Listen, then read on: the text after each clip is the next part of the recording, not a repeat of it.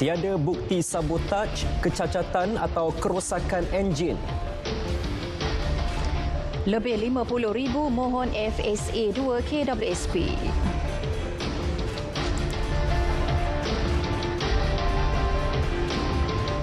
Assalamualaikum, salam Malaysia Madani.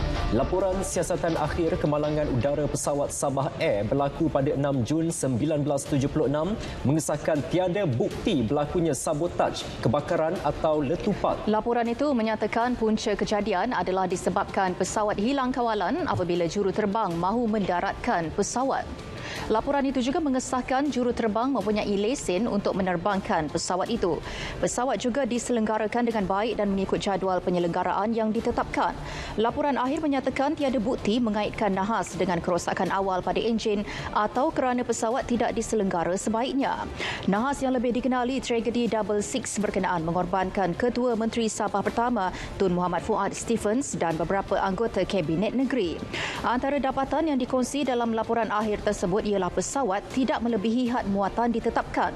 Tiada pelan penerbangan, IFR difailkan seperti dikehendaki oleh manual operasi untuk penerbangan melibatkan VVIP. Selain itu, jumlah beban bahan api tidak dimasukkan dalam log teknikal dan bahagian kerosakan log teknikal tidak dibersihkan mengikut amalan yang disyorkan. Laporan siasatan akhir nahas kini boleh diakses menerusi laman web Kementerian Pengangkutan seperti tertera. Laman sesawang bagi menangkis temahan tuntutan pihak Sulu dilancarkan. Menteri di Jabatan Perdana Menteri, Undang-Undang dan Reformasi Institusi, Datuk Seri Azalina Othman Said berkata, menerusi malaysiasulukes.gov.my, fakta sebenar didedahkan. Bahagian hal ehwal undang-undang, Kementerian Luar Negeri dan Kementerian Komunikasi Digital telah mengambil tindakan untuk melancarkan laman sesawang rasmi Malaysia iaitu malaysia-sulukes.gov.my bagi memberikan fakta yang betul dan sahih dan menangkis segala tohmat tuntutan-tuntutan tersebut serta bagi membolehkan rakyat Malaysia dan masyarakat antarabangsa mengikut perkembangan kes ini secara tulus dan benar. Laman sesawang berkenaan menggunakan 5 bahasa iaitu bahasa Melayu, Inggeris, Tagalog, Perancis dan Sepanyol. 59,230 pencarum KWSP telah memohon fasiliti sokongan akaun 2 FSA 2 setakat semalam. Timbalan Menteri Keuangan Datuk Seri Ahmad Maslan memaklumkan daripada jumlah itu hanya 27,705 ahli sahaja yang layak. Kenapa yang layak 27,705 orang? Kerana kita dah maklumkan bahawa hanya yang mereka berumur 40 tahun ke atas yang layak. Berarti yang selebihnya itu berumur 40 tahun dan ke bawah. FSA 2 yang sejak dibuka pada 7 April bertujuan membantu ahli KWSP mendapatkan pembiayaan peribadi daripada institusi perbankan. Beliau turut menegaskan kerajaan kekal dengan pendirian tidak membenarkan pengeluaran KWSP meskipun ada cadangan supaya memberikannya kepada ahli yang benar-benar terdesak. Pengeluar Kereta Nasional Proton menawarkan pemeriksaan keselamatan 40 mata percuma dan pakej servis berharga RM150 mulai hari ini sehingga 31 Mei. Inisiatif ditawarkan melalui kempen Proton Rahmah 2023 bagi meringankan beban rakyat menjelang Hari Raya Aidilfitri. Menteri Pelaburan, Perdagangan dan Industri Tengku Datuk Seri Zafrul Tengku Abdul Aziz berkata, Proton merupakan syarikat automotif pertama yang menyokong inisiatif kerajaan untuk membantu golongan berpendapatan rendah.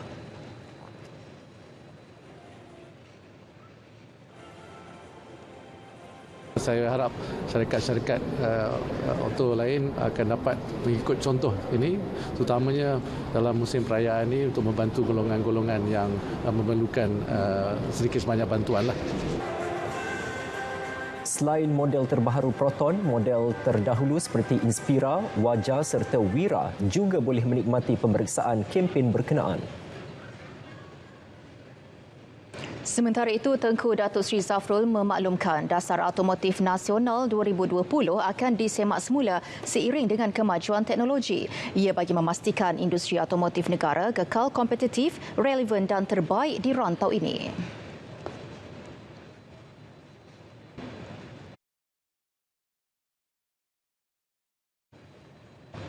Dasar otomotif negara yang telah dilancarkan untuk tahun 2020 hingga 2030. Sekarang ni dah tahun 2023. We are nearly halfway there. And as you know, banyak perkembangan baru yang terutamanya dalam sektor otomotif ni yang berkenaan EV dan juga EV. Dan di mana kita dapat feedback daripada pihak industri dan juga stakeholders yang lain. Saudara, sebanyak 30 jenis barangan ditetapkan menerusi skim harga maksimum musim perayaan Hari Raya Puasa mulai Sabtu ini hingga 30 April depan. Skim itu melibatkan 24 jenis barangan termasuk 6 lagi daripada jenis ayam dan telur yang sedang berkuat kuasa sejak 5 Februari lalu. Barangan kawalan dilabel dengan tanda harga berwarna merah jambu yang dikuatkuasakan melalui Akta Kawalan Harga dan Anti Pencatutan AKHAP 2011.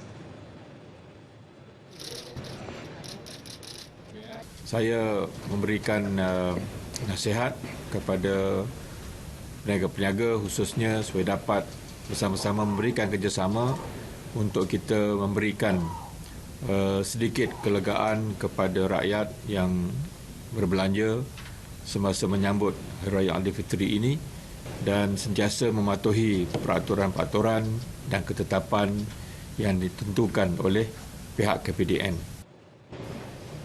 Beliau berkata demikian pada sidang media khas di Putrajaya.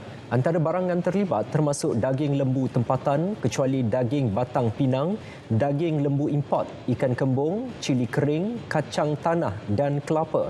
Senarai barang dan harga maksimum boleh disemak menerusi laman sesawang KPDN.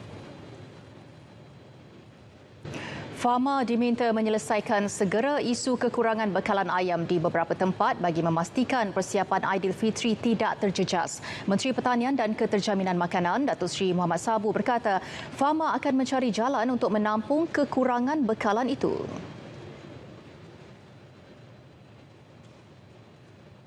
KPDNK mengumumkan iaitu untuk Hari Raya akan datang dan perayaan sepanjang sebulan Syawal nanti, InsyaAllah makanan dan barang-barang makanan ada.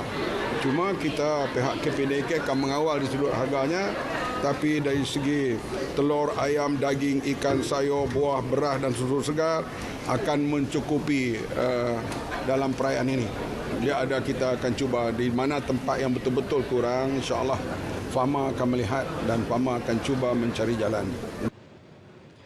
Beliau berkata demikian selepas program agihan bubur lombok di Putrajaya. Kuasa untuk memberikan pengampunan kepada bekas Perdana Menteri Datuk Seri Najib Tun Razak terletak sepenuhnya kepada budi bicara yang di-Pertuan Agong. Menteri di Jabatan Perdana Menteri, Undang-Undang dan Reformasi Institusi, Datuk Seri Azalina Uthman Said berkata, proses tersebut juga dilakukan tanpa paksaan daripada mana-mana pihak. Saya rasa bab ni apa-apa pun pada sebab tu kuasa yang di-Pertuan Agong. Bawah perkara 42. Sekarang ni this is no more legal lah. Dia punya legal procedure tu dah tak ada. Now it's court of compassion lah. Maknanya budi bicara yang di-Pertuan Agong. Jadi kita pun tak boleh paksa-paksa. Biarlah yang di-Pertuan Agong membuat keputusan ke, kalau dia nak mengkaji. Kita orang dah tak terlibat. Beliau berkata demikian di Putrajaya. Nilai wang tak dituntut WTD mencecah 11 bilion ringgit setakat bulan lalu. Menurut Timbalan Menteri Keuangan Datuk Seri Ahmad Maslan, sejak 1977, Jabatan Akauntan Negara telah menerima surahan WTD berjumlah 14.1 bilion ringgit daripada syarikat atau firma di negara ini. Daripada jumlah tersebut, bayaran balik berjumlah 3.2 bilion ringgit telah dibuat kepada empunya seperti akaun simpanan, insurans dan deposit. Jelasnya kerajaan telah melaburkan baki WTD dalam simpanan tetap selaras Akta Tata Cara Keuangan 1957.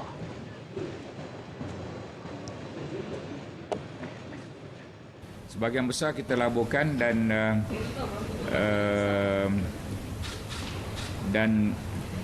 kita masuk dalam simpanan tetap.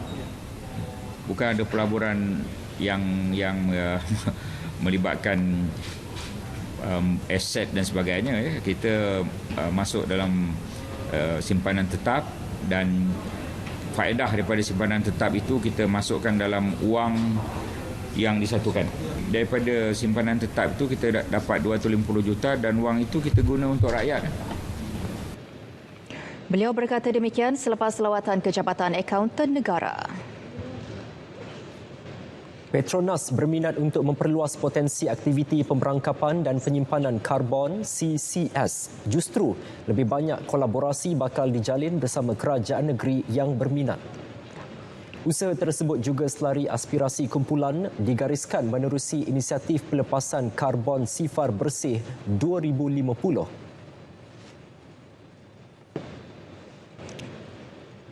So tidak kira di Sabah, Sarawak ataupun di Semenanjung, I think you will hear more on the project ataupun partnership lah daripada upstream business carbon management division lah. Sekarang maybe kita dah dengar pasal projek Kasawari di Sarawak kan. I think in the future you will hear a lot more. Projek CCS Kasawari di Bintulu, Sarawak yang mula beroperasi tahun ini merupakan antara projek CCS luar pesisir terbesar di dunia. Uji kaji pembaharuan prosedur kelulusan permit kerja bagi ekspatriat akan dilaksanakan dalam masa terdekat. Ketua Pengarah Perbadanan Produktiviti Malaysia MPC, Datuk Abdul Latif Abu Seman berkata, uji kaji itu akan dijalankan selama 2 minggu bermula 15 Mei membabitkan industri yang terpilih. 2 kategori permohonan turut diperkenalkan iaitu kumpulan fast track bagi syarikat dengan rekod baik yang membolehkan proses dipendekkan kepada 5 hari. Kategori normal track bagi permohonan syarikat baharu yang memerlukan proses 15 hari berbanding tempoh semasa iaitu 87 hari. Menteri Ekonomi Rafizi Ramli sebelum ini memaklumkan pelaksanaan prosedur baharu sepenuhnya disasar bermula Jun melalui sistem One Single Window ESD dikelolakan Jabatan Imigresen. Penambahbaikan prosedur tersebut bertujuan memudahkan membawa masuk lebih banyak pelabur berimpak tinggi. Peraturan perniagaan yang berkualiti dan tangkas merupakan antara faktor penyumbang kepada peningkatan daya saing serta menyokong sasaran pertumbuhan tahunan produktiviti negara pada kadar 3.6%. Saudara, seperti biasa, setiap Rabu kita ikuti harga runcit petrol dan diesel mingguan berkuat kuasa tengah malam ini hingga 19 April.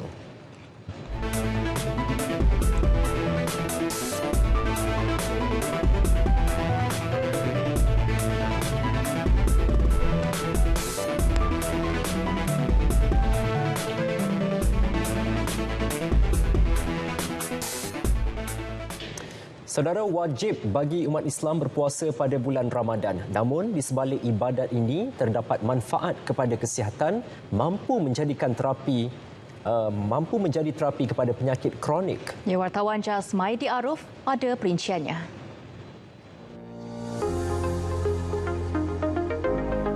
Perunding pakar bedah bariatrik dan metabolik, Datuk Dr. Tik Fuji mengesahkan beberapa kajian saintifik membuktikan amalan puasa banyak memberi manfaat kepada kesihatan.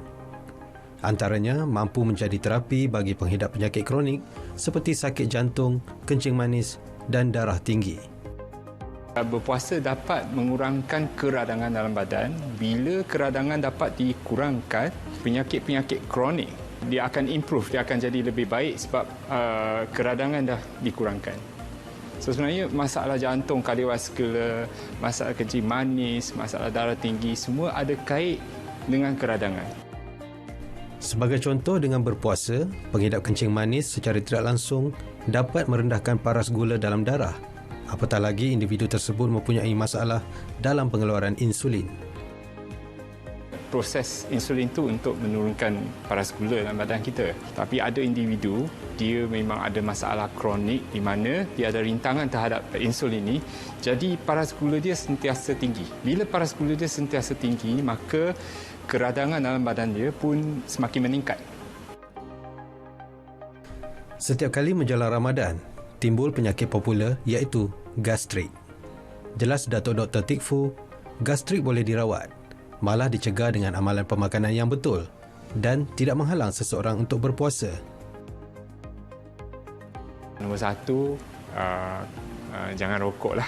Ya, sebab rokok ialah salah satu punca utama orang ada masalah gastrik. Dan nombor 2 tu, kalau boleh kurangkan makanan yang terlalu pedas atau yang terlalu berminyak lah. Bila time maghrib, kita minum sebanyak air yang kita boleh minum dahulu. Dan kita makan kurma. Lepas tu kita solat dahulu. Biar ada gap. Dan lepas tu baru kita makan lah. Jasmadi Aruf, RTM. Acara World Quran Hour esok dijangka dapat diikuti secara maya oleh kira-kira 1 bilion umat Islam seluruh dunia. Program akan turut disertai Raja Permaisuri Agong di Masjid Sultan Haji Ahmad Shah, Universiti Islam Antarabangsa Malaysia UIAM Gombak. Jelas Rektor UIAM Profesor Emeritus Tan Sri Zulkifli Abdul Razak, Surah Al-Insan dipilih dengan tema memanusiakan manusia sekaligus menjadi garis panduan untuk manusia agar sentiasa memperbaiki amal ibadat dan insaf. Kita ini hamba Allah. Majlis akan dimulakan dengan bacaan daripada Qari, perkongsian tadabbur dan resolusi daripada Surah Al-Insan bermula ayat 1 hingga 31. 30 gelandangan terpilih mendapat sentuhan 7 tukang gunting rambut profesional secara percuma sempena Aidilfitri. Mereka diberikan penampilan baru yang lebih kemas menerusi program tanggungjawab sosial korporat CSR SIRIM Hopeful Haircuts Sahabat. Ketua Pegawai Eksekutif Kumpulan SIRIM Berhad, Datuk Dr. Ahmad Sabirin Arsyad berkata, program bertujuan berkongsi kegembiraan bersama sahabat jalanan dan menaikkan semangat mereka untuk berhari raya. Jadi SIRIM terpanggil untuk sama-sama meraihkan kawan-kawan kita di sahabat jalanan. Pasal kita tahu dia terpinggir dan kita nak bagi dia satu keriangan baru, satu motivasi baru supaya dia pun merasa dia lebih sihat, lebih mesra, lebih riang. Dan insya-Allah dengan mudah-mudahan dengan doa kita pada Ramadan ini, dengan adanya program seperti ini, dia pun rasa dekat dengan masyarakat. Program CSR turut dibantu 30 sukarelawan kaki tangan SIRIM.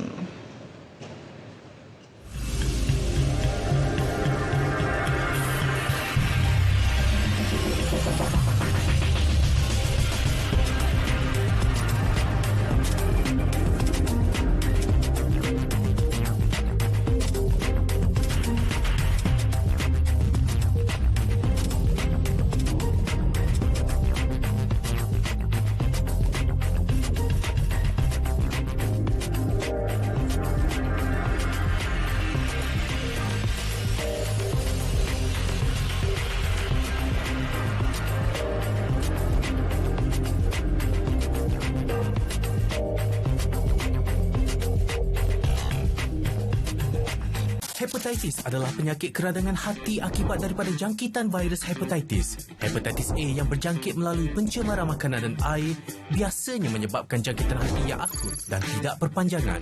Hepatitis B dan C pula berjangkit melalui darah yang tercemar. Antaranya adalah melalui perkongsian jarum suntikan, transfusi darah, hubungan seksual dan jangkitan ibu kepada anak. Berlainan daripada hepatitis A, hepatitis B dan C boleh menyebabkan kerosakan hati yang kronik dan bara hati. Kebanyakan pesakit hepatitis B dan C tidak mengalami tanda dan gejala pada peringkat awal. Tanda atau gejala seperti muntah darah, jaundice dan busung hanya akan muncul setelah penyakit hepatitis menjadi semakin kronik. Oleh itu, lakukan ujian saringan hepatitis jika anda berisiko tinggi untuk mendapat jangkitan dan dapatkan rawatan dengan segera jika perlu di klinik kesihatan terdekat. Bersama kita cegah hepatitis. Bijak labur hidup makmur. Semua mahu kaya, tapi jangan salah langkahnya. Jika terpedaya hidup sengsara. Macam-macam sim yang ada, mesti faham mana gelabur. Lesen SC pastikan ada, silap labur, duit lebur. Ingin tahu produk sah yang ada, laman web Investmart jawapannya. Pesanan ini dibawakan oleh Suruhanjaya Security Malaysia. Kita perdana diteruskan dengan H-Click bersama Aisyah Yatim.